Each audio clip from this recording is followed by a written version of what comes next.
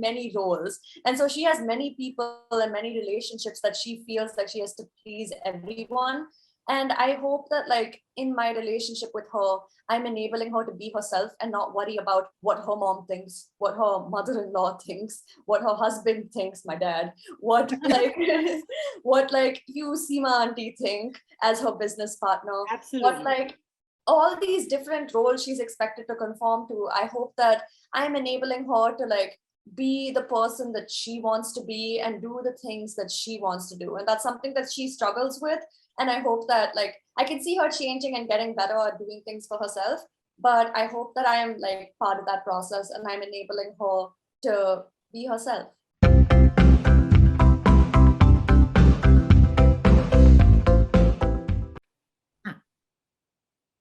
Hi everyone, welcome to yet another episode of Imperfect Parenting, where we talk about raising strong, assertive and healthy kids. I'm Ishika Mehta and my partner Niharika Jadeja is here with us. Today's episode is very, very special for two reasons. The first reason being that we are celebrating the International Women's Day, where we are all as women fighting for gender equality. And we want to honor women who are exemplary, honor women who are ordinary, and honor women who are struggling every single day to make a place for themselves in this world. The second reason why this is such an emotional episode is because we have brought our two wonderful children to this episode for a very special reason. We've talked about imperfect parenting all these weeks. We have been imperfect parents too, right, Deepma? And as imperfect parents, we've been talking about it a lot. We've mentioned our children several times in the episode.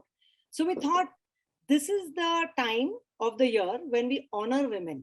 And we'd like to honor two beautiful souls who are here today in our episode. Niharika Jadeja, who's the daughter of Deepma, and Ishika Mehta, who's my daughter.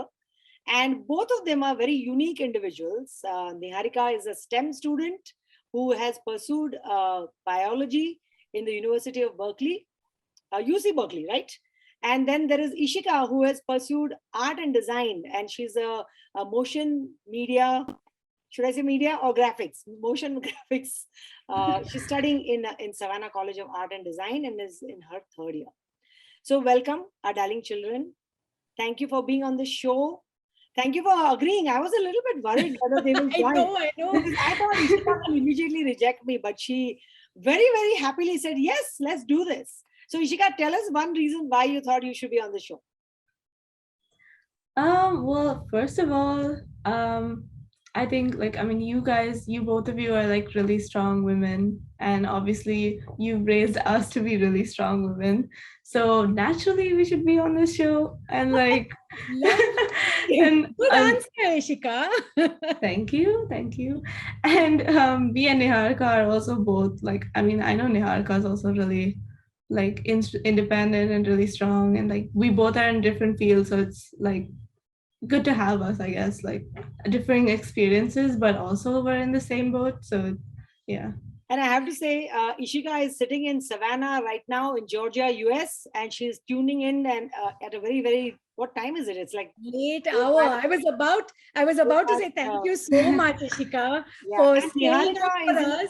And putting on a jacket for us. Thank you. Yes, thank God she's not in her pajamas. And Niharika, of course, is a brilliant student. I've known her for such a long time. She is so focused and such a amazing child. I've seen her grown up because, you know, Deepma and I have been college friends, so we've known each other for years. But she's now ready to get into the master's level. And she's been interviewing and she's had a very late night and she's still here. So Niharika, tell us why you felt like it was important to be part of this very special episode. I feel that relationships between women are something that is a really important topic to explore, because in most of the media that we consume, it's generally a woman's place in her relationship with a man. And I think that it's really important to explore the various kinds of relationships between women that are so important to so many people out there. And one very important dynamic is a mother-daughter dynamic, And that's one that changes as we go through the different like stages in life, right? There's a phase when like your daughters are completely dependent on their mothers, and as they grow to become independent women and support themselves and support other people, the relationship they had with their mother, who they were originally entirely dependent on, goes through a lot of changes. And I think that's a really interesting relationship to just explore, and I thought that would be a useful conversation to have. Absolutely. And in fact, you just gave us a segue to the start of this conversation. Is that, we've talked to many of our guests in the past where we said the role of the parent changes as the children grow. We start with a reward versus punishment mode where we say, if you finish your homework, then I will let you watch 30 minutes of cartoons, right? It goes from there to a more collaborative, like a partnership mode. And then eventually the children grow up and then start becoming advisors. I think we are sort of in between that stage of collaboration versus advice. And maybe you guys can talk a little bit about how you have seen your parents and how the roles have changed. Have you seen that happening? Have you observed that in your life and your experience as growing up to be adults? Any of Just to add one quick thing, and then I'd like both of you to take that, because that's such a brilliant question, and I think a lot of parents of teenagers, older teenagers going into their 20s are going to have.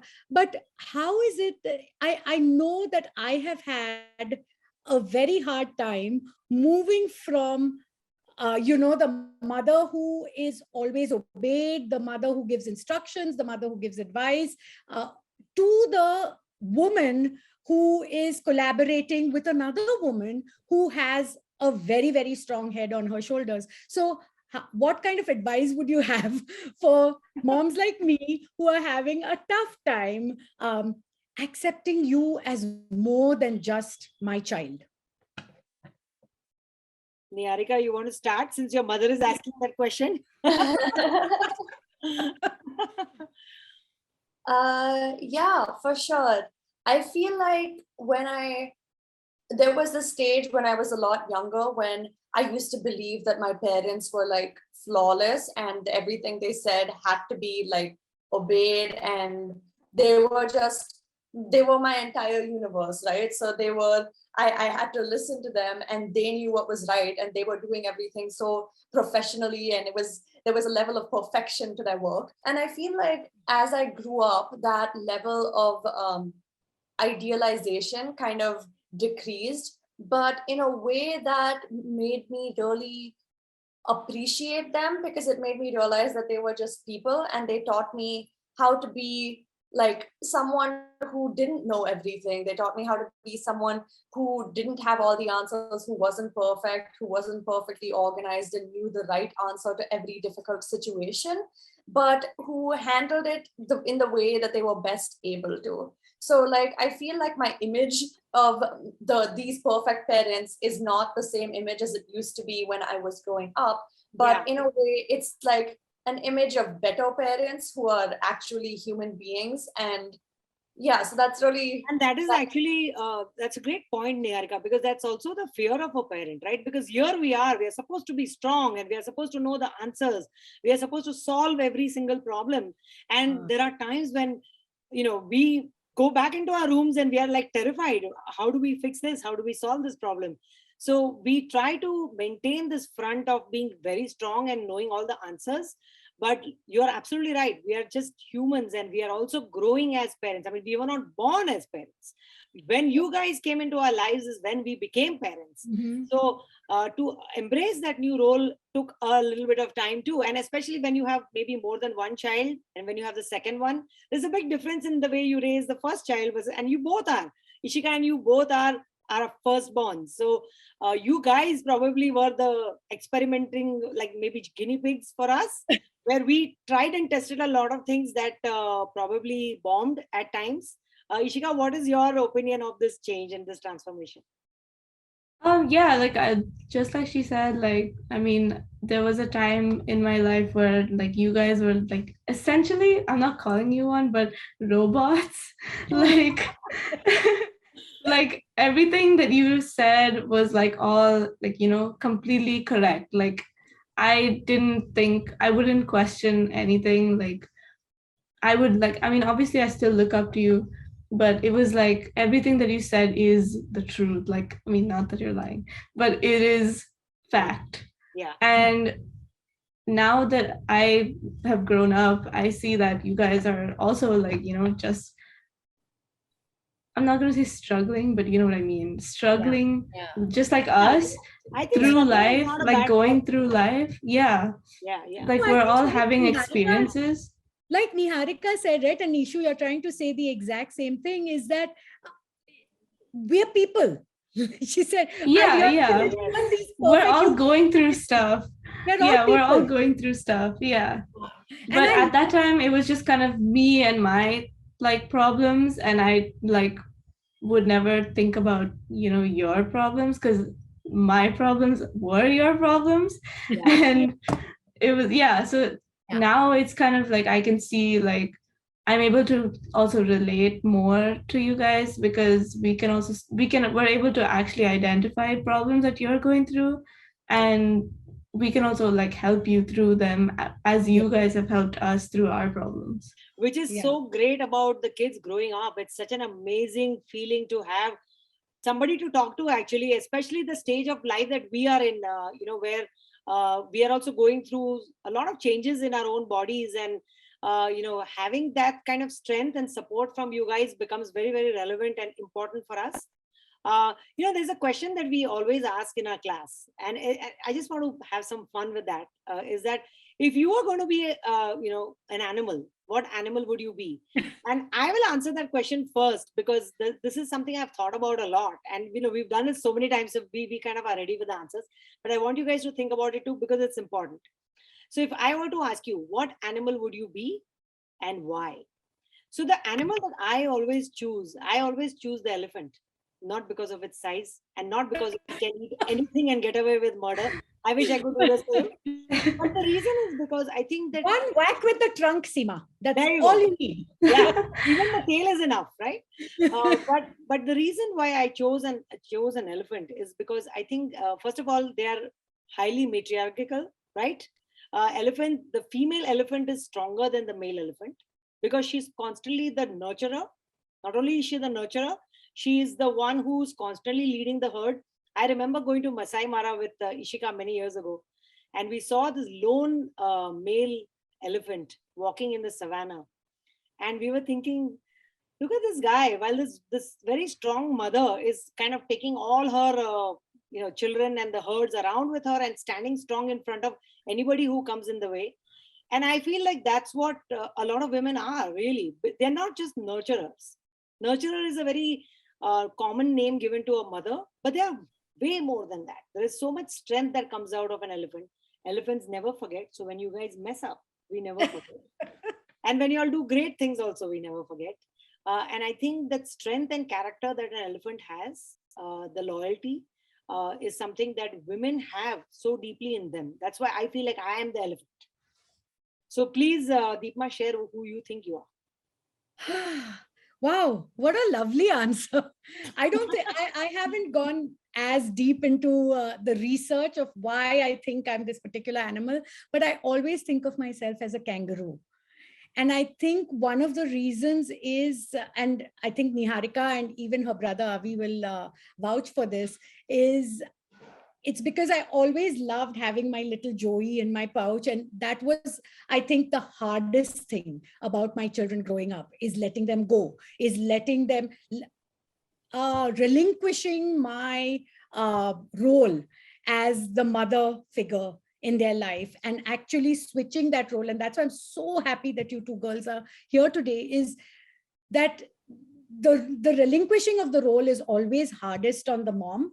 And yet, once you do it, you open the door to such a beautiful relationship. So I think of myself as a kangaroo only because of that, is that I want my Joey with me. And then Seema always says, and Niharika said that too, we are not as organized as, that was a dig at me. So she realized that as she grew up, that I'm not this organized, perfect person. And now she knows I'm absolutely unorganized. So I always kid her off in our classes where I say, if I forget something, I have a pouch to keep it in, so that I don't forget. So that's another reason why I think of myself as a kangaroo.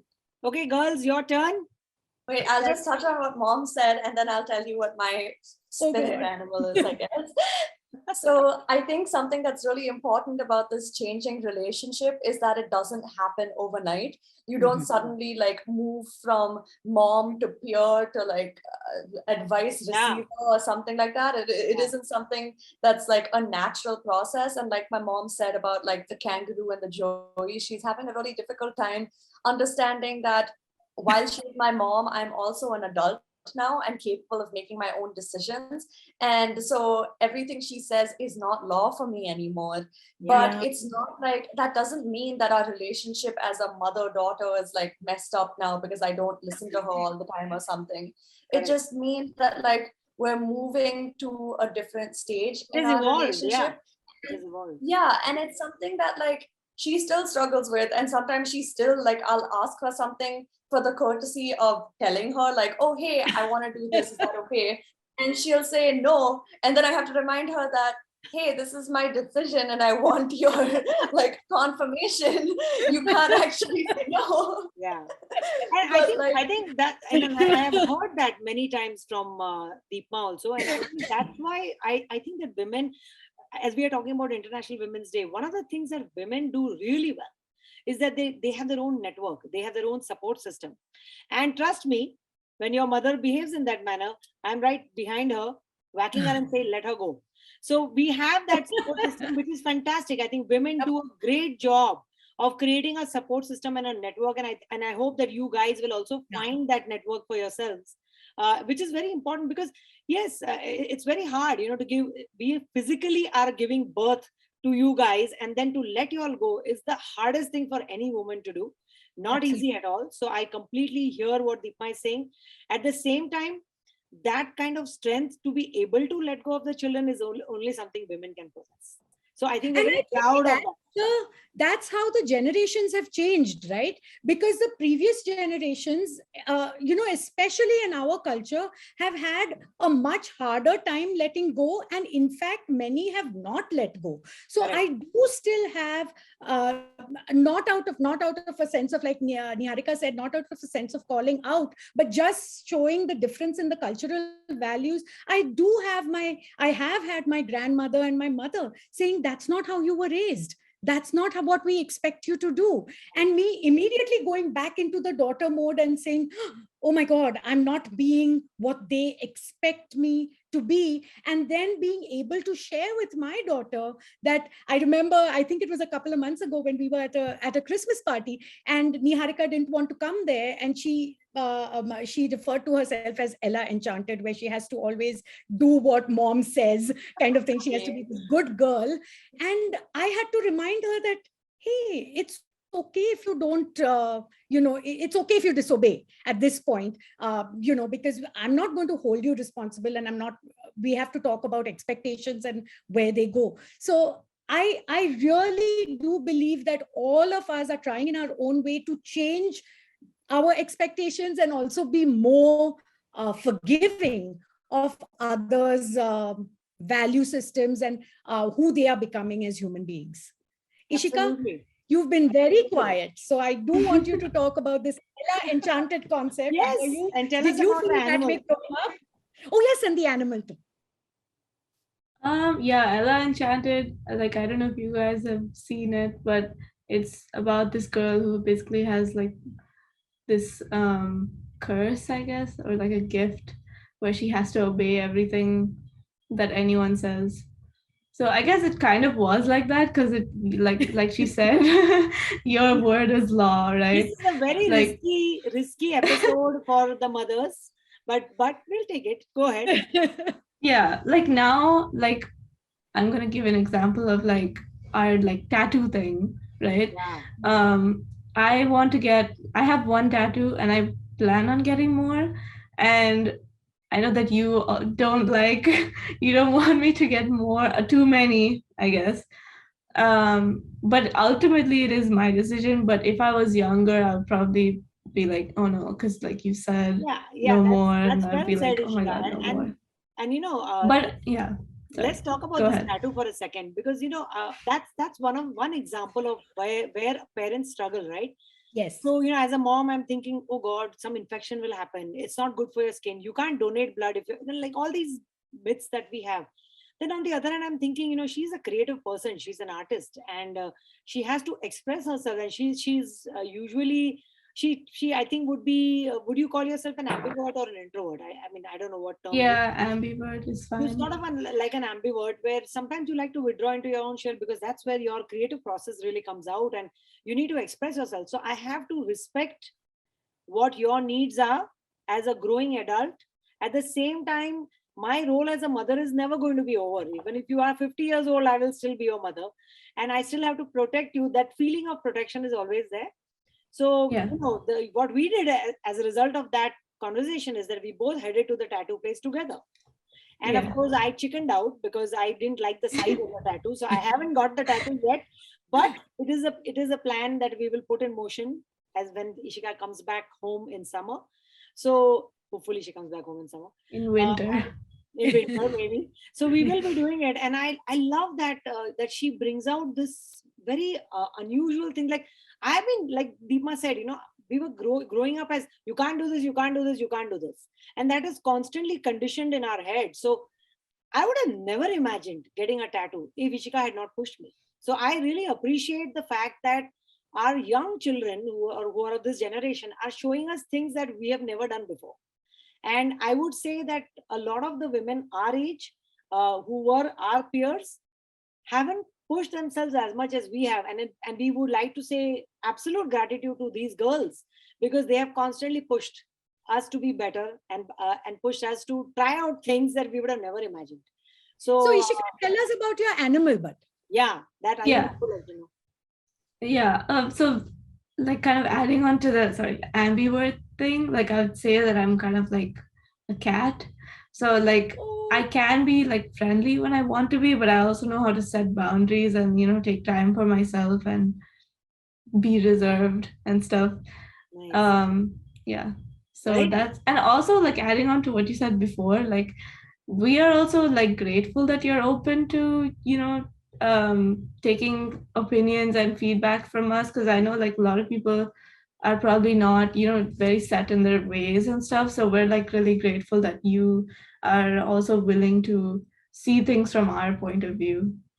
Yeah, That's a sweet, great tip. Ishika. That's a great tip for parents who are struggling with some decisions that their children are making. And I would say to all the parents that be open-minded, because that open communication and having an open mind is the key to have that collaborative, kind of a partnership with our growing children. Okay, Niharika, waiting for your animal. Niharika, your animal, we haven't heard yet. Okay, so I feel like my animal would probably be an octopus, just because I think it's so good at adapting to different situations and also being resilient and being able to squeeze through whatever life puts it through. And I think that I'd really like to emulate that in my life. That's brilliant. Yeah. You have 8 hands to hug. Yay! Also to juggle different things, but okay, also to hug again. I know. To protect yourself too. You have all kinds of different mechanisms to protect yourself. It got very serious, but you're grateful to us. We are grateful to you. We love our relationships. All that is all very well. But we've been through our ups and downs, as everyone has in this world.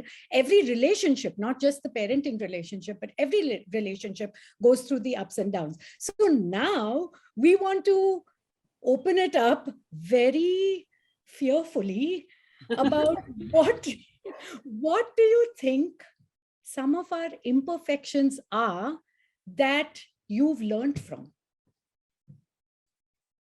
Ooh, that's a Pandora's box right there. I know. I'm wondering if I'm going to regret asking this question. No, I think it'll be really good for a lot of parents who are looking at, you can maybe start from the point where, you all were working towards maybe a college degree, right? Getting into college, and then now, Niharika, you're going into masters.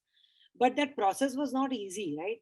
There was a lot of struggle because you're not expected to know exactly what you wanted to do. For example, Niharika, I always thought you would be a literature student, and then you ended up going into biology. And Ishika, we knew from the very beginning that she is going to be something to do with art, because she used to draw all the time. But we never took it seriously, because we've been raised to raise engineers and doctors and all kinds of science students, right? So, or maybe business students. And here's a child who suddenly in our family is the first artist who wants to go into design school. So it was a little bit complicated for us to kind of accept and embrace that. So yeah, tell us, how did our imperfections in that process, maybe, or in any other process, sort of got in your way, or maybe helped you go forward? Yeah, well, I think in terms of my art, I think you guys have always been like supportive about that. Like I've had like a lot of comments from teachers and other parents, like other people's parents, like, oh, like you're doing art like as a hobby, like is that a career? But most people don't really know, like, what goes on in my, I don't think people know what motion graphics even is. But yeah, but you guys have always like kind of supported whatever decision I made in that sense. Um, yeah, but in terms of like imperfections, I'd say one thing that I learned from was patience. Yes. Yeah. Patient. Yeah, like, okay, no offense, but I love you're it. not the most. Ishika, you're 5,000 miles away. Go ahead, It's go ahead, okay. Ishika. It's okay. It's okay. We can take it. Like, you're not the most patient person, but you have definitely like improved, I would say, like A+ on that. But I'm so excited. yeah. I'm very patient and she's very impatient, and so that kind of like collides a little bit sometimes. Like we had a lot of she'll- friction around that. Yes. yeah, like she'll be like really, she's very like strong-minded and I'm very like cool and chill, so it kind of, it's a very opposite thing. But I also learned that you can't be so cool and chill all the time, and I hope that you also learned that you can't be strong-headed all the time. Like you have to be a little calm. Yeah. But yeah, so like we learn from each other, I guess, in that sense. Out from the mouths of babes, Niharika, should I be scared? I feel like the first of many, the first imperfection that I want to bring up, that was a joke, I'm kidding. But something that I've noticed over my time of growing up with my mom is that like we've touched on this a couple of times, but the expectation, like the desire to conform to society's expectations instead of doing what she really wants to do for herself, or in order to, I don't really know how to phrase this, but I feel like she focuses so much on other people's impressions of her, other people's expectations of her, that she's so overwhelmed by pleasing other people and making sure she does everything right according to what other people want, that she isn't focusing on her own needs, her own desires, her own relationships that she truly values. And so that's something that I've been like, as I've gotten older, I've tried to be able to like to enable her to do what she wants to do, to like engage in a relationship with me and do things with me that other people might look at her and be like, oh, she's being a bad person or a bad parent, or oh, she's not a good teacher. And she occupies many roles. And so she has many people and many relationships that she feels like she has to please everyone. And I hope that like in my relationship with her, I'm enabling her to be herself and not worry about what her mom thinks, what her mother-in-law thinks, what her husband thinks, my dad, what like what like you, Seema auntie, think as her business partner. Absolutely. What like all these different roles she's expected to conform to. I hope that I'm enabling her to like be the person that she wants to be and do the things that she wants to do. And that's something that she struggles with. And I hope that like I can see her changing and getting better at doing things for herself. But I hope that I am like part of that process and I'm enabling her to be herself. Isn't that beautiful, Deepa, that our children are making these observations about our own imperfections? And I think sometimes these imperfections are important because they become a lesson. They become a very valuable lesson, that this is what we always talk about what you want to do, but sometimes we need to focus on what you should not be doing also. And that comes from, like, for example, both of us, Deepa and I, we learned from our parents, right? Our moms were very different from who we were. they had different struggles. In fact, the whole conversation of enabling and patience is something is at 1,000+ X level for my mom and her mom, right? Where they completely believed that sacrificing themselves for their family was the only thing that they could do. So I think that we as the next generation got better, and we started focusing on what we can also do for ourselves. And I remember when Deepa started this company, the Confident Communicator, she was very clear about her idea of what she wanted to do. And when she discussed that with me and said, hey, would you like to join?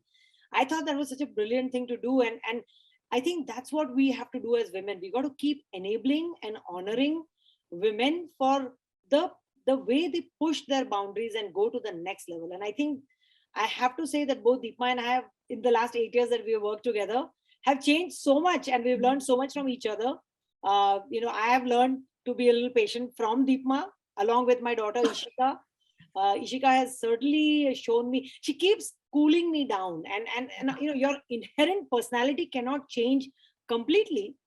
But if you are open-minded about change, then you can become the person who can get the best of themselves, be the best version of themselves, not to please other people, but to be the version of themselves. Absolutely. And I love that you said that, Seema, because we started the company to empower children and other people, Adults, and adults as well.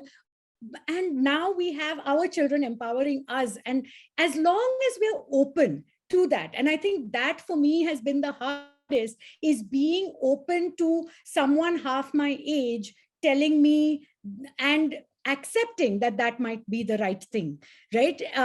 Hey, what do you know? You're half my age. Letting that go and saying, no, you may be right, thanks for, helping me look at it in a different way. So thank you, Niharika, for that. And I remember, Seema, you saying one of the, I think, not even intentionally hurtful, but one of the comments you had heard that stuck in my head when Ishika was taking art was, someone called you, I don't remember the entire conversation, but someone called you and said, wow, you and Chintan are so brave that you're letting your daughter do art. And both of us, I remember, looked at each other going, brave? I mean, letting her do what's in her heart. And I think as women, that's one thing that we need to learn is of course, we want to support, like I have this example of the sun, right? I always consider parents as the sun for their children, where if we come too close, we'll burn you. And if we kind of stay far from you and we kind of nudge you from the distance, you will always get great light from us, right? And I mean that seriously, because I also feel the same thing for my own parents. I remember my father and my mom always saying that, do something for yourself, educate yourself enough so that you can stand on your own. Do exactly what you feel like doing. And I think I came from that background. And when somebody makes a flippant conversation like that you guys are so brave, I just dismiss that, because for me, that other people's comments are not as important as what is important to my daughter. And I think that's one thing as a mother and as a parent is something that we have to embrace that role, and we have to be strong and resilient and fight against all those adversities and all those enabling, those people who entitle people who think that we should be there doing work for them. That at that time we can become very strong. We can be nurturers also and loving also, but we can be very strong and say there's nothing brave about or nothing supportive about it. It's what she wants to do, and I'm going to stand behind her. So I think on International Women's Day, that's one thing I'll say to all the moms, that listen to your children. They have a lot of wisdom in there. There's a lot of struggle they will go through as kids who are going towards college, but be there for them. That's very important, that we play that role. And it's not an easy role, like Niharika mentioned earlier. It's not something that happens overnight. It evolves as the relationship grow and we learn from each other. So that's fabulous. Now this conversation is getting very, very, very serious. So let's be a little bit chill.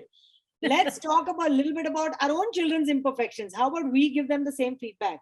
Are you guys ready for it? Is that allowed? Your interview. What's going on? Oh, that's right. You guys are supposed to maybe you can ask us a question. Why don't you guys ask us a question that you always wanted to ask? Oh. Deep silence. No. Why don't you guys go ahead with our imperfections while we think of questions? Okay, that's very diplomatic. Okay, so Deepa, you have any imperfections? I have nothing imperfect to say about Ishika. Do you have anything to say about Niharika? It's obviously because I'm so perfect. I'm like the perfect child. That's the beauty of growing up. I have to say, I did struggle a lot with Ishika because she, while being very patient, she's very stubborn. So she's very bullheaded about what she wants. But I also think that that's her strength. She was always very laid back. I'm one of those gung-ho, go-getter, very efficient. I pride myself to be very efficient. While she was very laid back and chilled, but I think that in that state, she always brought out a lot of creativity, and I started seeing that. But it took me a while. So that laid back attitude, and I'm so happy that you said that, Ishika, that it's important to be patient, but at the same time, you can't be laid back about your life. You got to think about it as you grow older. You have to take the responsibility of an adult. And I'm seeing that now. But trust me, the schooling years heading towards college were hell. For sure. I think one of my, and I don't think it's imperfections, but I think having raised two children who are like polar opposites of each other, it is just amazing, I think, that I haven't lost my mind. And so when Niharika and Avichal, my two children, accuse me of being nuts, I blame them. And I say, you know what? It's your fault. I did not start out insane. I just became more and more insane as I raised you. But I think one of the things, I think as imperfect parents and accepting of our own imperfections and realizing it, is having what Seema said, was having an open mind and looking at it with the lens of saying, I want to improve and I'm not going to take anything as a criticism. And that was very hard for me. So there were times when I would, compare the two of them. Avichal is very, very extroverted and gregarious and outgoing. Niharika is more of a homebody and quieter. So I tend to compare them and say, why can't you, be more friendly? Why can't you be more whatever? Niharika is more studious, while Avichal is more outgoing all of the time. So I tend to compare and say, why can't you study more like your sister? And I had to kind of, as they were growing up and I saw the impact, the negative impact that I was having on both of them by doing that. And in fact, that I was ruining their relationship with each other, because now they started seeing each other as competition instead of someone who was, with them, is when I started backing off and saying, no, and it's the hardest thing for a mother, for a parent, to treat their two children completely differently and be able to accept their differences as them being people, like Niharika said earlier. No, and so I think that's also one of the biggest fears. That's also the motto of the confident communicator, where we are constantly looking for the uniqueness of the child. Every individual is unique. Even our fingers are different. Our prints are different. Everybody is unique and different. And it takes, I think it's okay to go through that process of, being guilty of comparing, because that can happen because of our fears. We are always afraid, right? What if this person doesn't succeed? What if this person doesn't have good social skills? What if this person doesn't make friends? What if this person doesn't get a great career or a great college admission or whatever it is? We have so many fears as parents. And I think that we have to literally pull out one fear at a time without that idea of comparing. Because both my children, I have two girls, and both my children are very different. Their interests are very different, but they are very similar in terms of their temperament. They both are quite introverted in the sense that they are very quiet, but with very strong opinions. So to balance those two has been a challenge. I haven't gone into the point of comparison, because they're two very different interests, but very similar personalities. So that comparison didn't happen for me. But what did happen is the way I handle Tanaya, my younger one, has been with a lot of support from Ishika. She has always stopped from being excessively impatient or angry or using words that are probably not appropriate to raise kids. So I have learned a lot from her, and I think that's what I love about this. Your children growing up is they become your partner in raising kids. So yeah, well said, Deepa. It's okay, Deepa. We forgive you. We forgive ourselves. We all forgive ourselves. Okay. We so tell us. Okay. tell us something else that you would like to say to us as imperfect parents, and about your journey with us as imperfect parents. What would you like to tell other parents out there? What would you like to tell other kids out there? Yeah. Who have imperfect parents like us? I think one thing that I've personally seen a lot, like with friends and like, you know, other people that I know, is that their parents like feel like there were a lot of things in their own childhoods that they wish that they did different, or wish that they could have done, or something that they want their child to do. But and that's a good thing sometimes, but a lot of the time it kind of like it makes them forget that their child is like, you know, their own person, like they have their own interests, and those things that they wish that they did or could have done differently kind of shape you into the person that you will grow up to be. So if you don't have those experiences also, it's not a bad thing. Like they are like going through their own they're going through their own thing, right? So that they shouldn't put that kind of pressure on like I didn't do this, but I want you to do it. Your expectation on And also like when we were talking about like comparing like with siblings or like friends, a lot of the time like you forget that like your child is not a superhuman that has like the best qualities of everyone around you. Like we have good qualities, we have bad qualities as well, but the person who you're comparing us with also has good qualities that we might not have, but we also have qualities that they don't have, which is what we don't see most of the time. So that's like we always see the Instagram post, right? We always see it's like an Instagram post, and we see the imperfections in our own. Also, I mean, a lot of that, especially because our kids are more involved in their education system. We always compare. Look at the marks this one got, or look at the marks that one got. Look how well they are doing. Look which college this person has gone, and that definitely we are guilty of. And I think. I think that's why these conversations are important, because it also shows what kind of a pain a child will experience when you're constantly comparing them to somebody else for the wrong reasons. I absolutely agree that every child is unique and we need to treat every single person differently, and let's not compare. That's the worst thing you can do for a child. And we need to chill a little bit. A little bit. Niharika, what would you like to add to that? I am a little worried about Niharika's temperament right now. She has thought about this question very deeply. Oh no. No, I've just been listening. I haven't been thinking about my answer as much.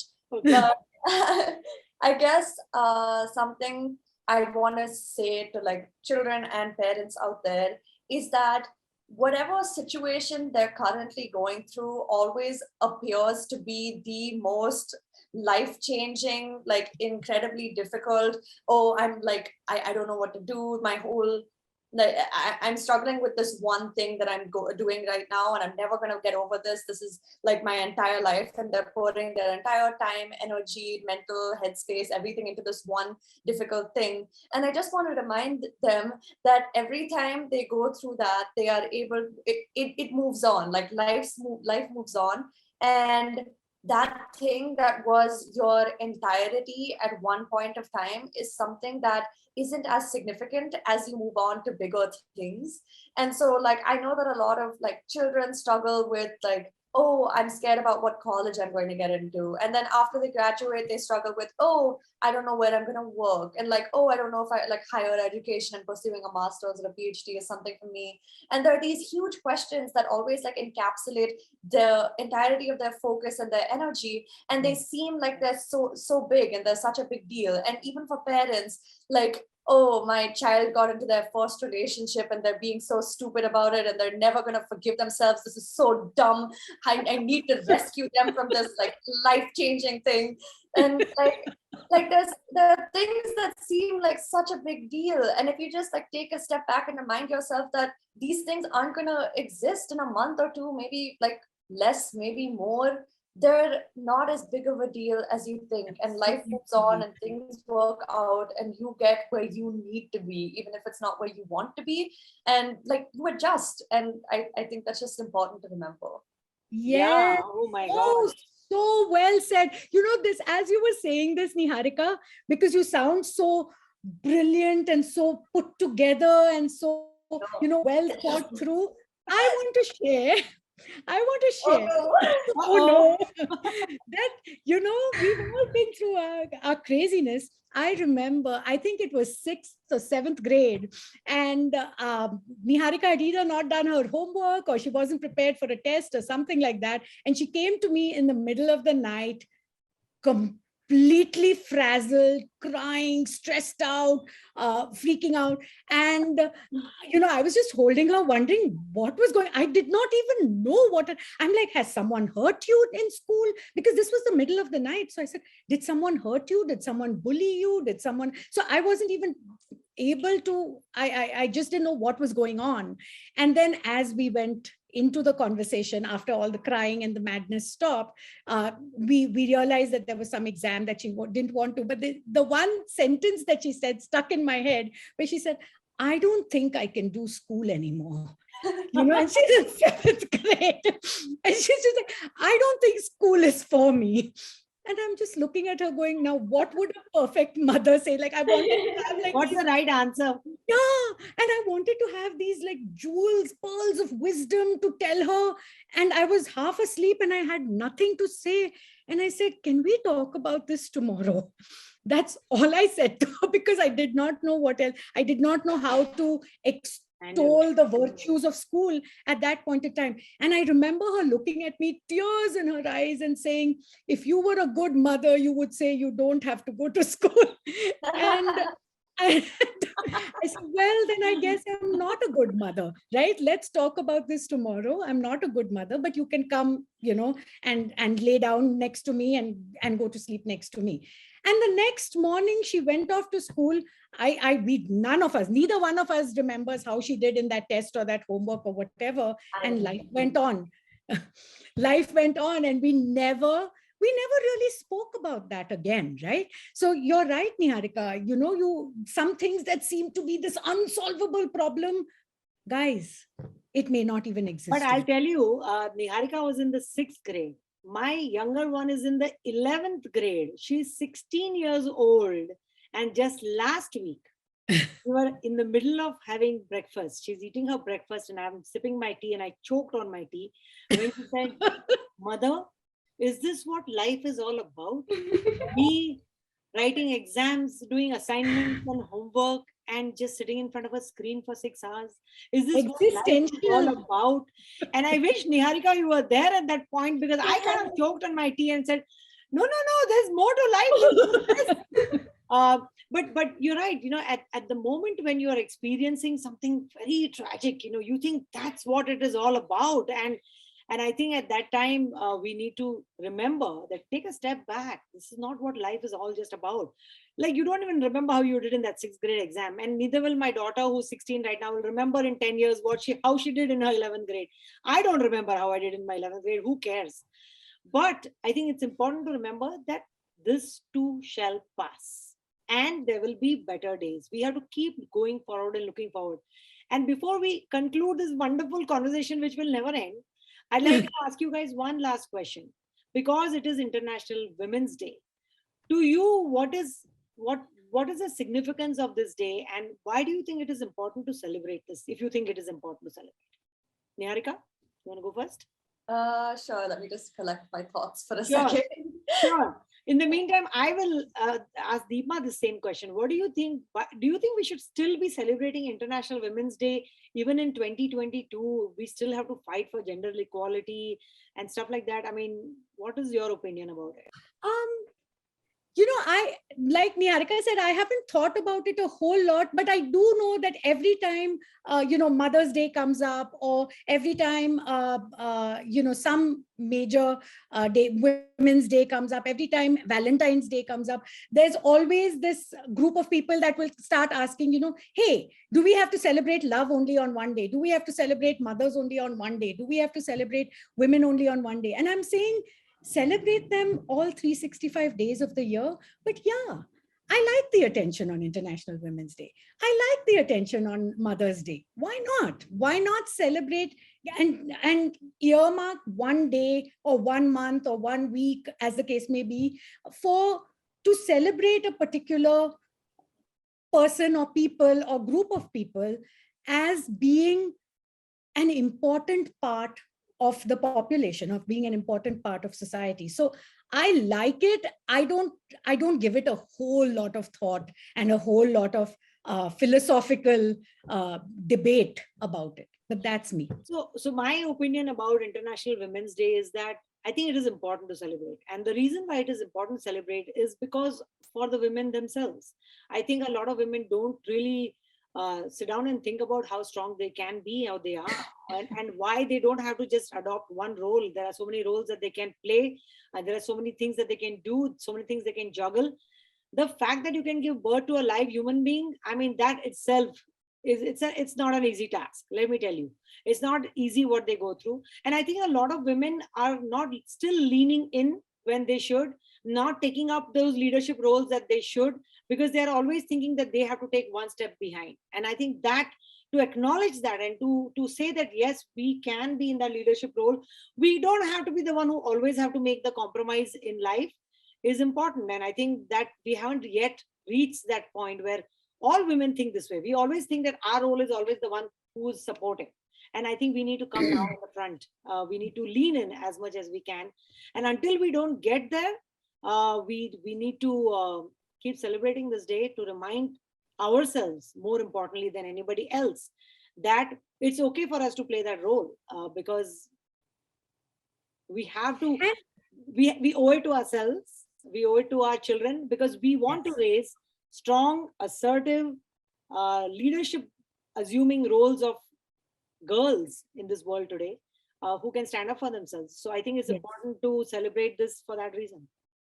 And it's important to be imperfect doing it. Yeah. Is how I look at it. Just there's absolutely no need for there to be all these, you set your own expectation, right? You set your own expectation of what your success is. Nobody has to decide that for you. You decide that. Nobody else decides that. That's my point.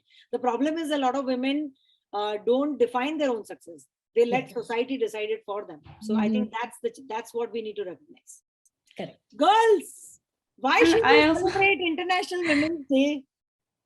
Yeah, I also think we should obviously celebrate ourselves and other women every day as part of our own individual lives. But it's nice to have one day where everyone can come together and and we can also spread more information and more strength among each other on this one day, where you'll have greater reach as well. More people will see it and more people will identify with it. I think it also brings us all together more, so we can identify our strengths and how we can improve and how we can help others improve. And so I think that's why it's a good day to have. Well said. Yeah. I also think that it's still important to celebrate this day, because while we think that gender inequality is a thing of the past, it's something that is still very structurally present, whether it's noticed or not. It's something that's kind of ingrained in our society, but brushed aside and everyone says women and men are the same now, when women have more barriers to overcome in order to achieve the same things that men do. And so even if they are allowed to achieve those goals, it's harder for them to do so. And women are still underrepresented in higher education, in the workforce, and in various different fields. And that's because they have more difficulties to overcome and more to sacrifice per se in order to reach the goals that they want to reach.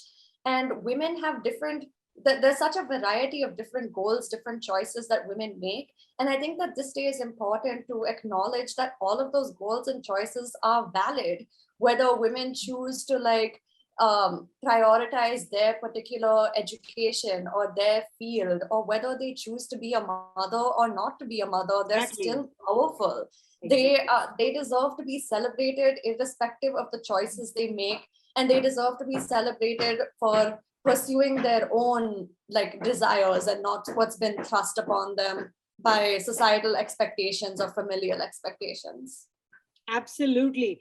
And before we end this episode, I want to feel good a little bit, Deepma, as a mother.